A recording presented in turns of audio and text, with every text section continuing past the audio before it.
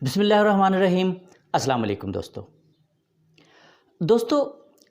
ہم جس معاشرے میں رہتے ہیں ہمارا دوسروں کے ساتھ میل جول ایک فطری سی بات ہوتی ہے۔ ہم دوسروں کے ساتھ میل جول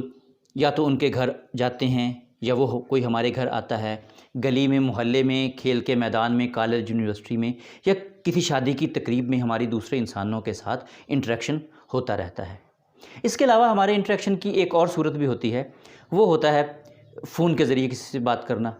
کال کر کے کسی کو حال احوال اپنا بتانا اور اس کا حال احوال جان لینا۔ تو پیارے دوستو،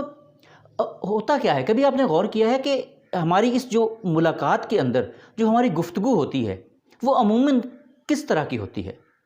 سب کی ایسی نہیں ہوتی، لیکن عمومی طور پر ہم جو دوسروں سے سوال کر رہے ہوتے ہیں، کبھی ان کا جائزہ لیا ہے ہم نے؟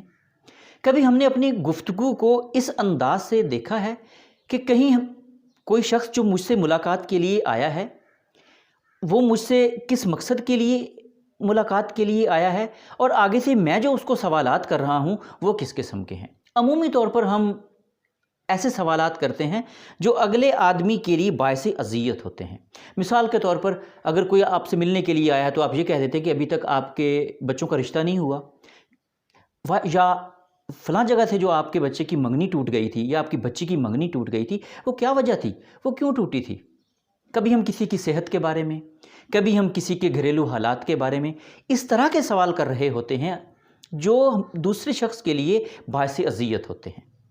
ہم نے کبھی غور ہی نہیں کیا کہ وہ شخص ہم سے ملنے کے لیے اس لیے آیا ہے کہ وہ اپنے دل کا بوجھ ہلکا کر سکے،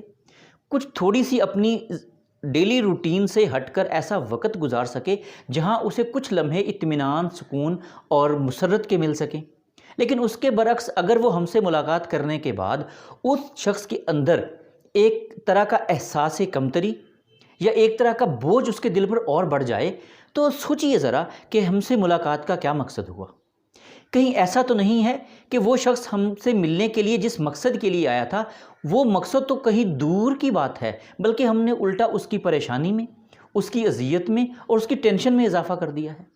اس لیے دوستو یاد رکھیے گا، جب بھی کوئی آپ سے ملنے کے لیے آتا ہے یا آپ کسی سے ملنے کے لیے جاتے ہیں یا آپ کی کال پر اس سے کسی سے بات ہوتی ہے تو ہمیشہ اپنی گفتگو کو اس طرح بیلنس کیجئے جس سے اس اگلے بندے کا کتھارسس بھی ہو جائے، وہ بندہ آپ سے اپنے دل کا حال بھی بیان کر لے اور آپ سے ملاقات کے بعد اس کے دل پر کوئی بوجھ بھی نہ رہے، اس کی پریشانی میں اضافہ بھی نہ ہو، وہ کسی احساس کے کمتری کا شکار بھی نہ ہو، بلکہ وہ اپنے آپ کو ہلکا پھلکا محسوس کرے آپ سے گفتگو کے بعد۔ اس کے لیے ہمیں کیا کرنا چاہیے؟ کچھ باتیں ہیں جو ہمیں کسی سے بھی ملاقات کے دوران ہمیشہ ملحوظ خاطر رکھنی چاہیے۔ دوستو، ہمیشہ گفتگو کرتے وقت دوسرے سے ملاقات کے دوران اپنے موضوع گفتگو کوشش کریں سب سے پہلے اس کی پازیٹیو چیزوں کو زیر بحث لائیں، اس کے ان صلاحیتوں کو زیر بحث لائیں جن پہ عمل کر کے یا جن کو آپ ابھار کے اسے کسی اچھے رستے کی طرف لے کے جا سکتے ہیں، جس کو آپ گفتگو کے دوران اس شخص کو کسی پازیٹیو وے کی طرف لے کے جا سکتے ہیں۔ اس کے برعکس کبھی بھی یہ مت کیجیے گا کہ دوسرے شخص کی خامیاں بیان کرنا شروع کر دیں، ایسی چیزوں کے بارے میں گفتگو شروع کر دیں جو اس بیچارے کے بس میں ہی نہیں ہیں۔ کسی کا قد چھوٹا ہے، کسی کا قد لمبا ہے، کوئی موٹا ہے، کوئی کالا ہے، کوئی گورا ہے، کسی کا رشتہ ہوا ہے یا نہیں ہوا، کسی کے ہاں بچہ پیدا ہوا ہے یا نہیں ہوا، یہ آپ کے مسائل نہیں ہیں، یہ آپ کا موضوع گفتگو نہیں ہونے چاہیے، بلکہ آپ کا موضوع گفتگو وہ چیزیں ہونی چاہیے جس سے اگلے آدمی کو ایک طرح کا اطمینان اور فرحت محسوس ہو۔ کوشش کریں کہ اس طرح سے اس آدمی کے ساتھ اپنی گفتگو کو ڈیولپ کرتے جائیں جس سے وہ زیادہ سے زیادہ اپنا کتھارسس کر سکے، وہ زیادہ سے زیادہ اپنے دل کی حالت آپ کے سامنے بیان کر سکے اور آپ ایک اچھے انداز میں اسے صحیح مشورہ دے سکیں۔ لیکن اس کے برعکس اگر آپ سے ملاقات کے بعد اس کی پریشانی میں اضافہ ہو جاتا ہے، وہ کسی پریشانی کا شکار اور زیادہ ہو جاتا ہے، پہلے سے بھی زیادہ اسے نظر آتا ہے کہ مسائل اور گمبھیر ہو گئے ہیں، تو میرے خیال میں کہیں نہ کہیں قصوروار آپ اور میں بھی ہیں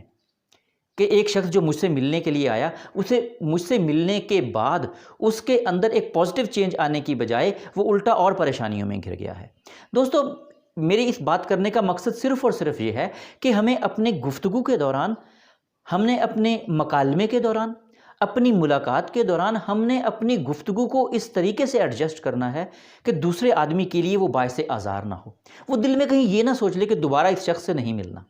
دوبارہ اس شخص کے پاس نہیں آنا۔ لہٰذا دوستو کوشش کیجئے گا کہ اپنی گفتگو کو دوسروں کے لیے باعث اطمینان بنائیں، باعث مسرت بنائیں۔ آپ کی پرسنالٹی سے کوئی بھی شخص آپ سے ملنے کے بعد ایک اچھا تاثر لے کے جائے، اور وہ اسی صورت میں ہوگا جب آپ اس کے سامنے ایک متوازن گفتگو کریں گے۔